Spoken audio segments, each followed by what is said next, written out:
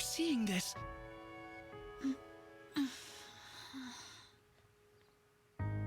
Hello there. And you are? You're awake! Huh? You're really awake, yeah? You're the Divine Dragon! No way! No way! The Divine Dragon is finally awake! Hey, hold on!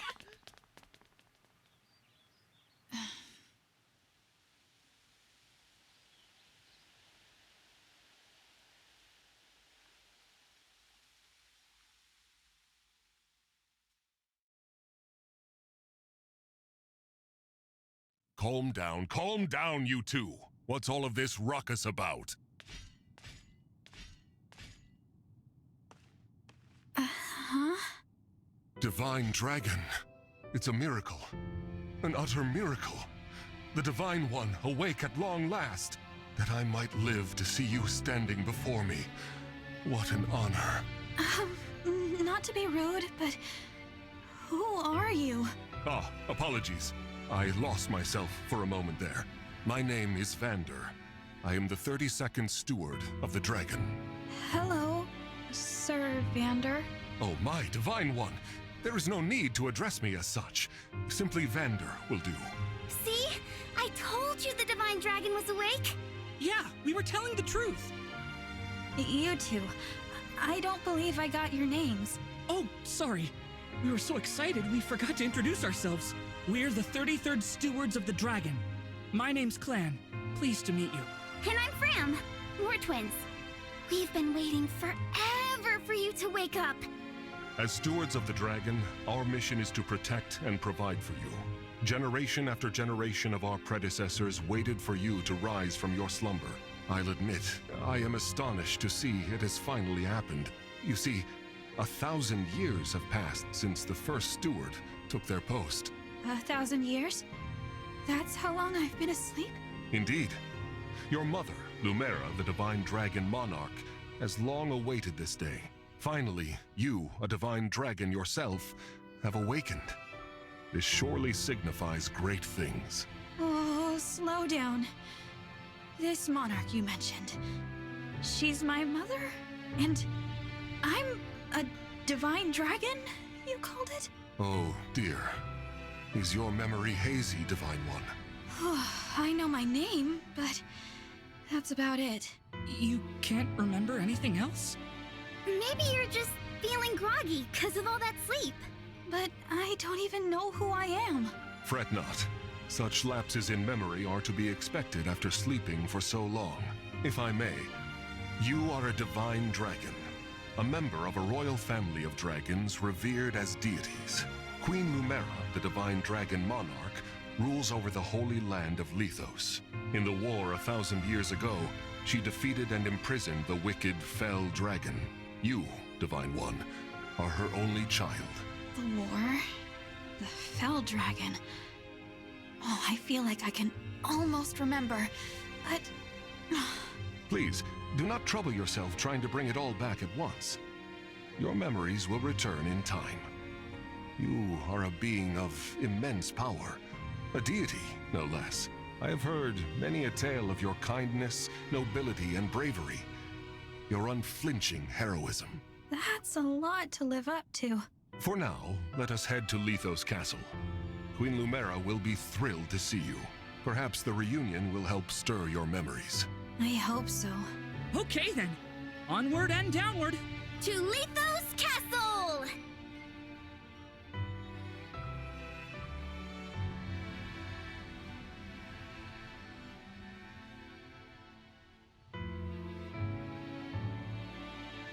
All this time, I've been sleeping in the sky? You have, yes.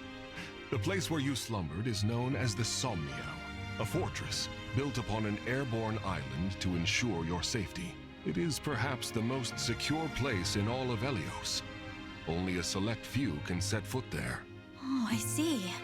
And you three live there with me. Yep. As stewards, we spend our time caring for you. and managing things around the Somnio. It's a sacred place, so we work as hard as we can to keep it shipshape. Royal family members visit us all the time. Well, visit you, really. The Prince and Princess of Firene, a deeply religious country, visit especially often. They pray next to you, like this. Then they just talk for a while, like they're chatting to a friend. I see. Thanks for filling me in, Fram. You too, Clan. The Divine One said our names! And thanked us!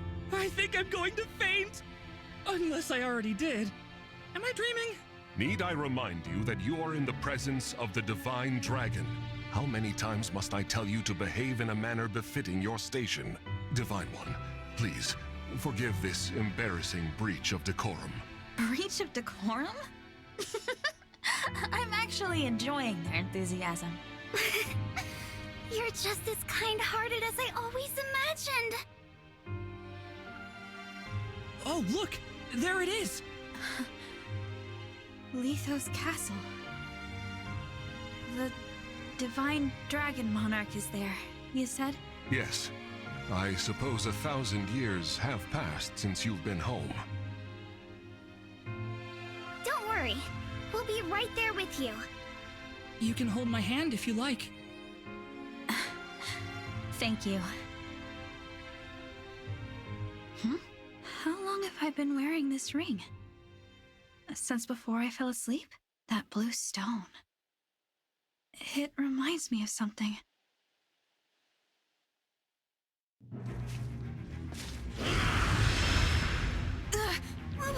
What are those horrible things? Vander, are creatures like that common around here? They're not. I've never seen them. Nor have I heard of such monsters appearing in Lithos before. This is a land of peace. Understood. Well? Shall we fight them? As you wish, Divine One. You whose bravery knows no equal. No, let's run. Huh? We haven't the slightest idea who they are, and we don't know how they came to be here. Also, they worry me for some reason. So, we run. Well, did the Divine Dragon really command me to retreat? Okay, get to safety. We'll keep them distracted for you! What the? Come back! Come back this instant!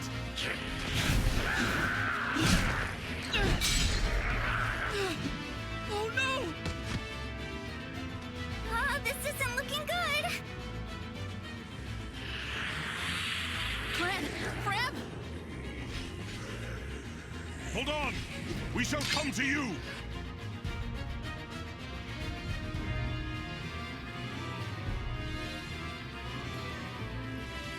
Vander! Divine One, stay back. It's too dangerous.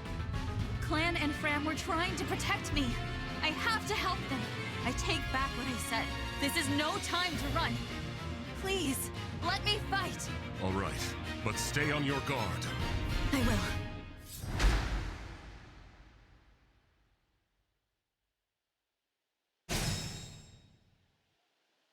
What are these creatures doing in Lithos? We had best use the foliage to take cover. I like how Alear only wants to fight after Clan and Fram are endangered. Apparently the first draft of her character leaned a little too hard into Alear's reluctance for heroics for Nintendo's liking, but they still go out of their way to establish her phobia of the corrupted.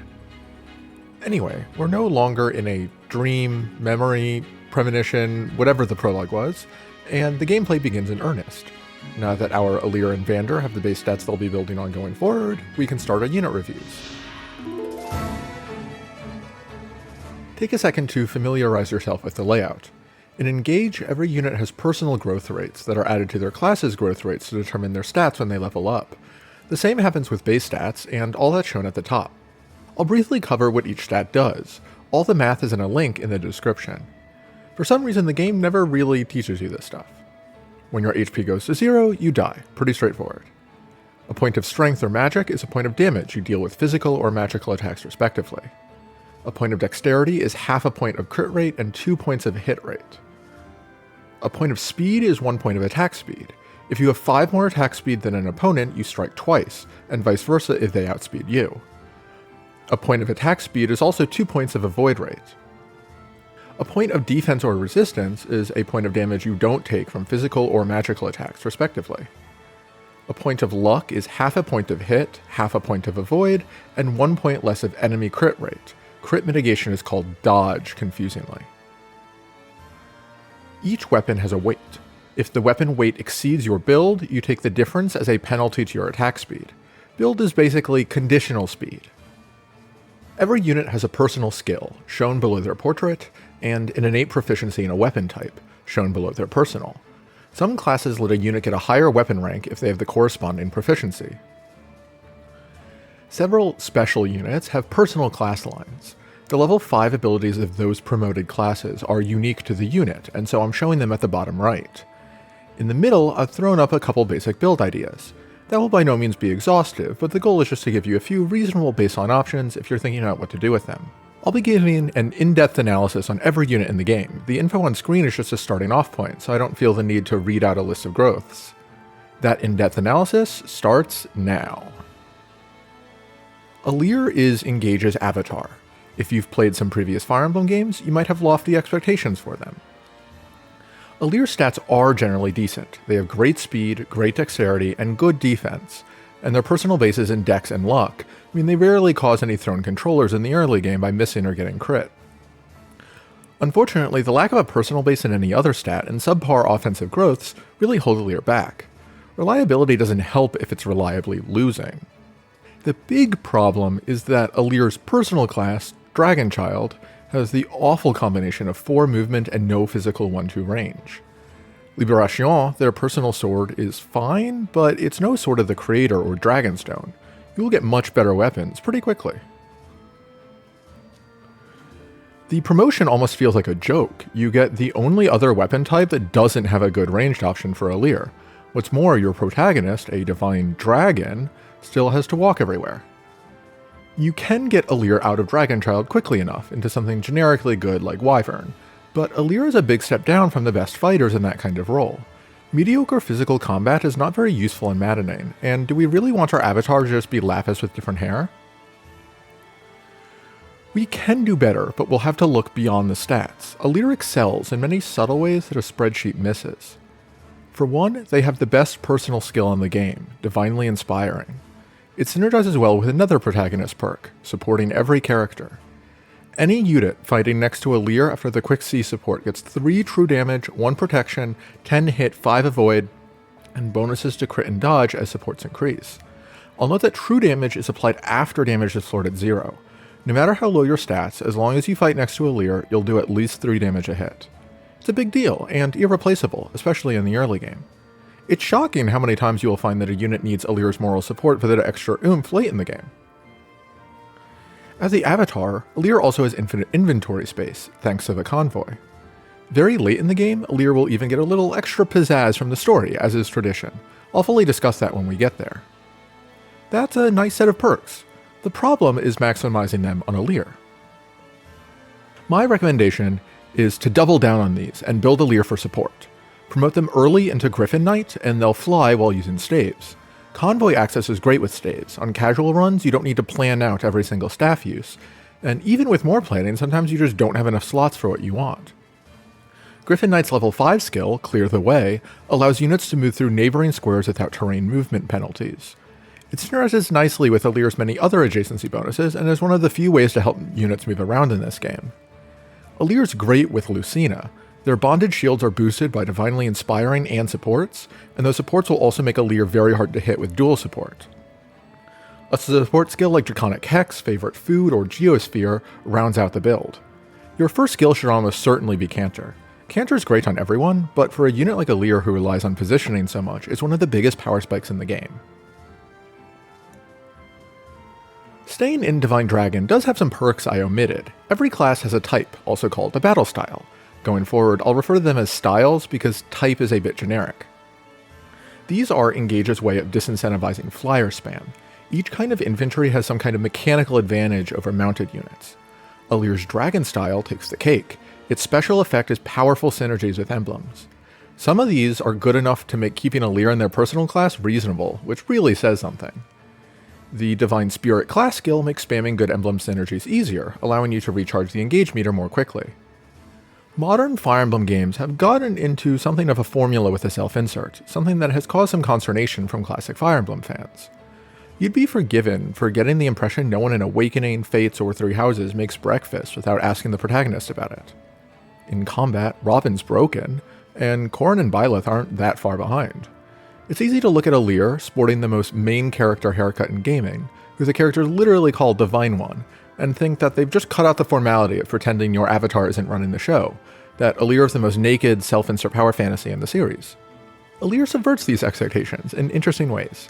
The divine dragon who slept for 1,000 years in a magic sky sanctuary is actually the most down-to-earth person in Elyos, playing the straight manner woman that others bounce off of. Where their personality comes through in newly voiced cutscenes and supports, we see someone who's empathetic and emotionally intelligent, not a world-beating warrior. That may seem tangential, but Engage's gameplay reflects it. Don't think of Alear as Robin, but rather as Chrom cheerleading from the back, not as Corrin, but as Felicia or Jacob giving support. Even as a dragon, the emblems with the best dragon effects aren't the ones that help units do primary combat. Alear is a team player through and through. In Engage, that's actually one of the most valuable things you can be.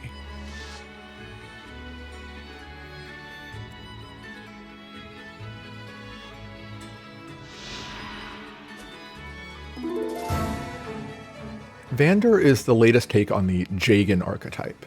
He has the internal level of someone who promoted at level 16. That's a 1500 experience lead over Alear. He will gain essentially no experience from combat for a while due to that level lead, but even after that, his poor growths mean he'll fall off. He's here to babysit our other units. He tends not to double in one-round enemies, but he's bulky and strong, so he can safely set up kills. Some previous Jagans forgot to fall off. They just dominate the whole game from start to finish. Vander remembers. If you look at his personal base, which I have here, it makes it clear how awful Vander's stats are when factoring in his extra experience and promotion.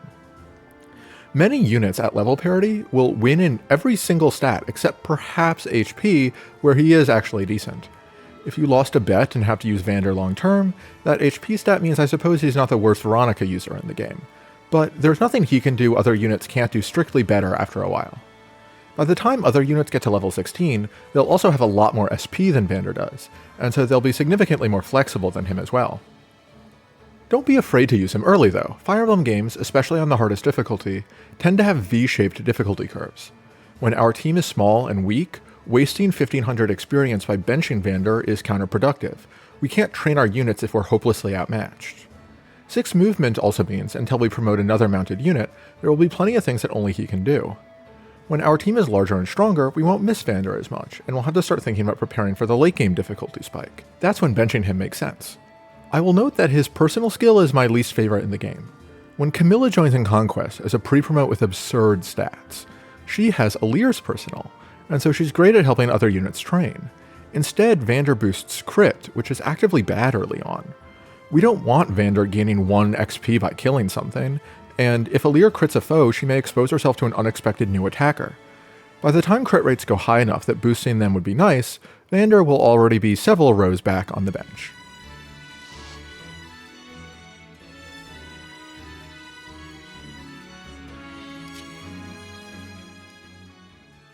Vander does his job. He sets up a kill for Alear on player phase, and he's tanky enough to set up many more kills for Alear without dying. We position our units so the enemies will be funneled into him. This map introduces terrain effects, and there's already an interesting wrinkle. On maddening mode, enemies won't attack if they see 0 expected damage. Despite what Vander told us, we don't want him to be in foliage. Otherwise, enemies will see that they have a 35% chance to hit for 1 damage, round that down to 0, and just refuse to attack him. Don't sweat experience routing for now. If you had Alear do all the work on this map, your extra training here would be mostly cancelled out by less experience later. Vander's here for a reason, and making this map harder won't make any future maps easier.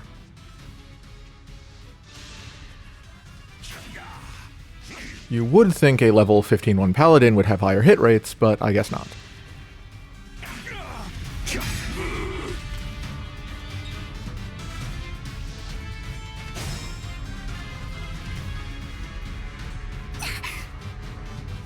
Are you all right?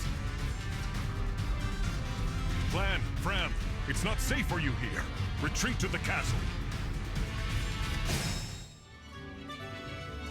These enemies are formidable indeed. Divine One, please use a vulnerary if you are wounded. We do want Alear to avoid getting killed, so we'll position her in foliage for 30 avoid. Vander weakens a healthy corrupted, positioning so they won't be able to attack Alear from terrain.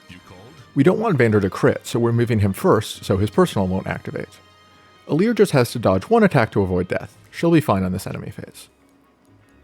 She'd normally be able to get every kill here. Unfortunately, Vander missed the one inaccurate attack he had, so she won't kill the healthy corrupted.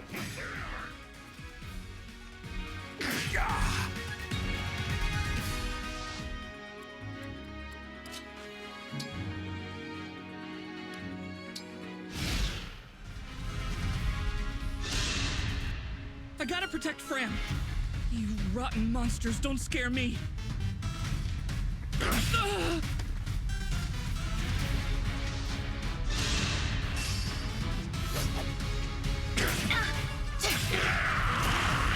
I won't forget you.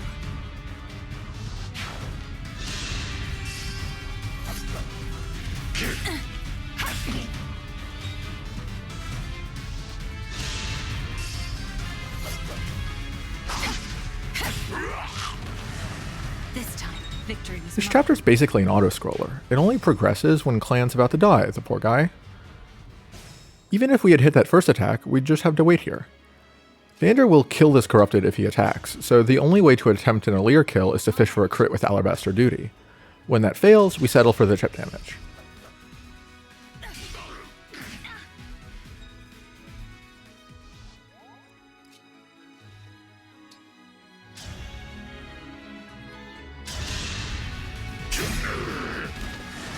I am the 32nd Steward of the Dragon. Clan's having a rough go of it, if only we could somehow activate the Tower of Friendship. More enemies. They just keep coming. You're all trying to protect me. I should be protecting you. Only I could. Somehow.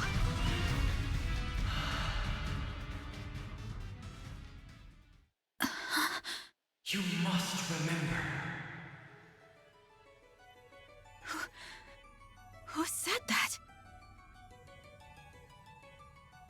The ring. Know that my strength can be yours. I know that voice. If ever we cross paths again, I hope you will remember me. Indeed, that you will remember all of us who took up arms to fight by your side. The 12 emblems. Divine One? Divine One! You mustn't do this alone! Don't worry, please. I'm not alone. Help me. Lend me your strength in this fight. Shine on, Emblem of Beginnings!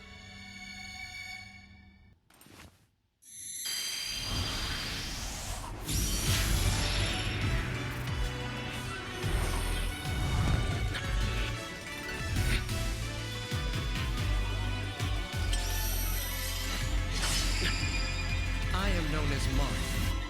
Emblem Marth, to be clear.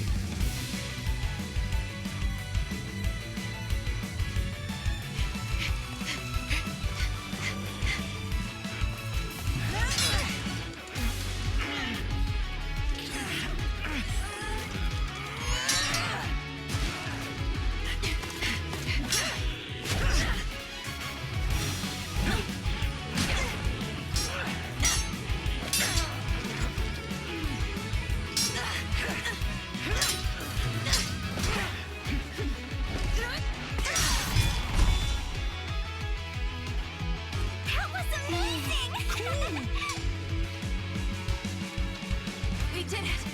Thanks for your help, truly. Of course. It is good to see you. I was able to answer your call because you remembered me. Do my eyes deceive me? Or is that an emblem of legend? Clan, Fram, get to safety now! Right.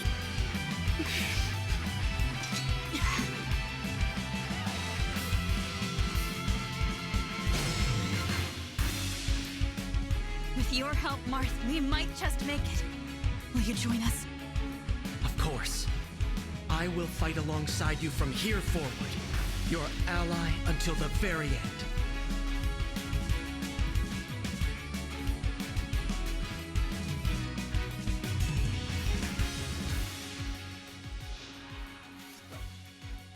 Our first emblem joins the team. Let's take a look. For emblem rings, I show a slightly different set of information. I can't show everything. I'll link to a great site, Triangle Attack, that does have all the info in the description. I show the skills with different levels of the skill shown in different colors, and I also show the stat bonuses for equipping the ring and the engage attack. Marth is the first emblem ring you get, as the first lord in the series. He's a good introduction to the mechanic. Emblem rings give a certain set of sync skills whenever equipped to a unit, along with a generous boost to their stats. When engaged, units get access to a powerful engage skill, a pool of weapons, and a powerful single-use engage attack. Marth is a relatively simple emblem, built around primary combat. His stat spread is incredible, and Divine Speed gives his partner even more damage on top of doubling. I think many people don't realize how much of Alear's early game competence comes from Marth. He can turn basically any physical unit into a monster in the first third of the game. When equipped to a dragon, the extra hit from Divine Speed will heal, which is nice but certainly not the best dragon synergy in Engage. As you raise his bond rank, you get access to a few more skills that aren't anything to write home about. He has inheritable skills built around dodge tanking, but that's generally not viable in the early game. His engage attack, Lodestar Rush, is a single target, big attack. Like other emblem attacks, it can't miss, can't crit, and doesn't let the opponent counter. An important mechanic is that the engage attack isn't locked to Marth's swords. They make sure anyone can use the engage attack, but if you're in a sword-wielding class, you can bring your own weapon for it as long as you could wield that weapon normally. Marth's weapons are phenomenal, and they're typical of emblem weapons in a couple ways. First, emblem weapons often have effectiveness, which triples weapon might. This makes sure they're never totally outclassed by normal weaponry, even late in the game. Marth has the rapier, as per tradition, and the falchion at level 15. Second, the best engage weapons are absurdly powerful. The time limit on engaging let the designers go crazy, and boy did they. Marth introduces us to this power with Mercurius at bond rank 10. This sword boasts 12 might and doubles experience gain. Awakening gave Robin 50% extra XP, and they're one of the best units in the series history, so it suffices to say doubled XP is bonkers. If you optimize Mercurius, timing the boost so you can score a ton of kills and or defeat a boss with it before time's up, it lets you break the level curve early on. Allocating that bounty is one of the most important decisions you can make on any given early game map. Marth is available at the start and then the end of the game. In the late game, one-range swords are no longer sufficient for good enemy phase combat, and he becomes more situational. The stats and engage attack are always great, but there are better emblems by then. He can make a unit a viable dodge tank, but that's not that valuable as a niche on Maddening. Early on, he's a powerful experience factory with Mercurius that can make any physical combat unit a carry. Engage is all about scarce resources. Marth's partnership is the first thing our units all desperately want, but that only one of them can have at a time. After all that, I can't believe I'm saying this, but he's pretty mid. I love how they just went wild with emblems in this game. This is the average power level. We have a lot to look forward to. With the power of Marth and free healing from that cutscene, Alear doesn't need any help from Vander. She'll be able to one-round every corrupted this turn without breaking a sweat. We are about to dodge tank. The enemies would kill us if they all hit. To make good decisions about managing risk, we have to know about the real hit rates.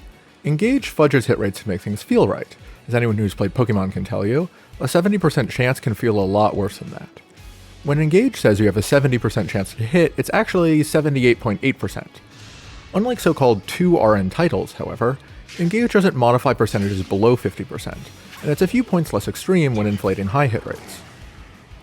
Compared to Three Houses, where a 12% listed hit rate is actually a 3% chance, you aren't virtually invincible with High Avoid unless you can get all the way to single-digit hit rates. That being said, we'll be fine here. We only die if all of our foes hit, which has less than a 1% likelihood. Avoid isn't quite a win condition in Engage the way it is in, say, Three Houses, but it can add to your bulk over long enemy phases. Alear is just going to miss level 2. One reason to grind a bit more experience on Alear here is to get that level now. On Matinee, level ups of the entire game are determined when a character joins. On random growths, if you want to rig an Alear level, this is the only chance you get. That's Chapter 1 done. Divine One, Vander, thanks for saving us. Yeah. And, sorry. This all happened because we ran ahead. I'm the one who should apologize. You put yourselves in danger trying to protect me. It's such a relief you're both safe now. Divine One, I hear more enemies approaching. More? I thought we'd gotten them all. Evidently not. These creatures, will there be no end to them?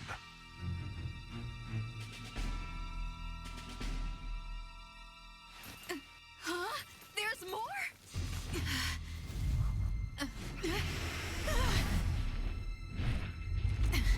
And they've got a dragon?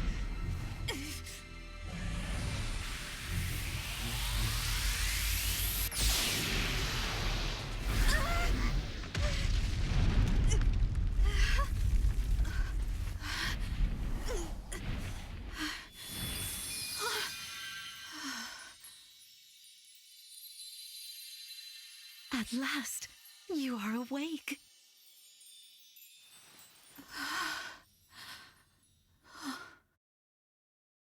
Is it really you? Yes, it's me. Thank you for saving us. What a joy it is to see you. Huh?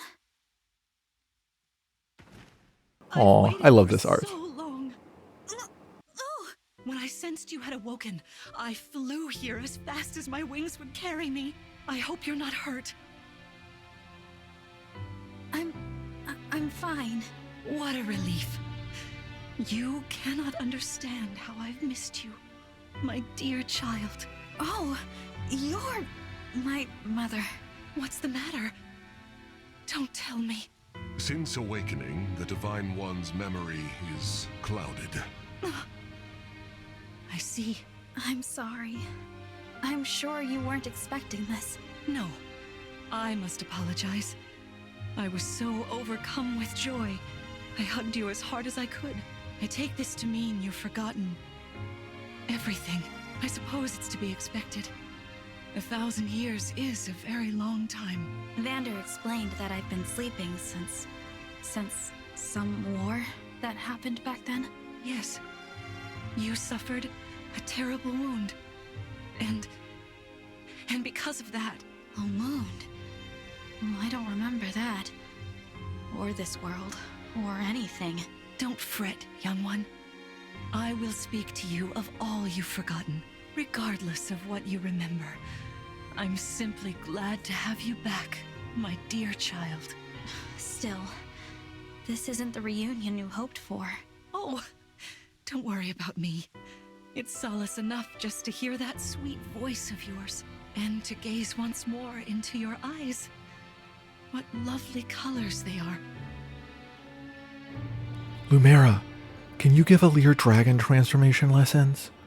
No? Any dragonstones lying around? Also no? Okay, we'll just walk and use swords. It's okay. Engage lets you move around the map after the battle. If you asked me whether this was a good idea before the game came out, I would have said it was lame, but I actually enjoy seeing environments outside of the God's Eye tactician view.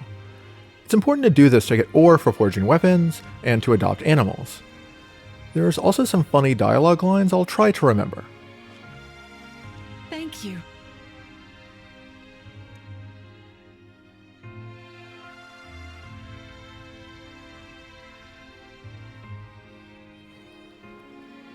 Next time, we have some mother-daughter bonding through the most reliable icebreaker, melee combat. See you then! Let's head to the castle. Climb on my back.